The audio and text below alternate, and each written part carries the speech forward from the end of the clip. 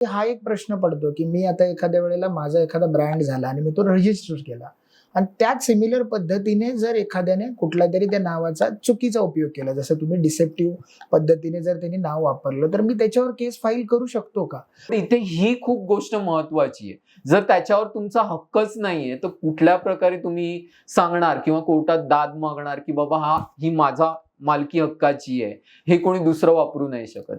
त्यामुळे सर्वात पहिलं ते रजिस्टर करणं महत्वाचं आहे. आणि ते रजिस्टर केल्यावर सपोज एखाद्याने डिसेप्टिव्ह तसा ट्रेडमार्क आणला आणि तो अप्लाय केला, तरी ट्रेडमार्क रजिस्टर ऑफिस सुद्धा ते रिजेक्ट करू शकतं. किंवा आपल्याकडे सुद्धा हक्क असतो की तो ट्रेडमार्क रजिस्टर होण्यापूर्वी आपण तो अपोज करू शकतो आणि तो कॅन्सल केला जाऊ शकतो. तर असाही प्रकार असतो.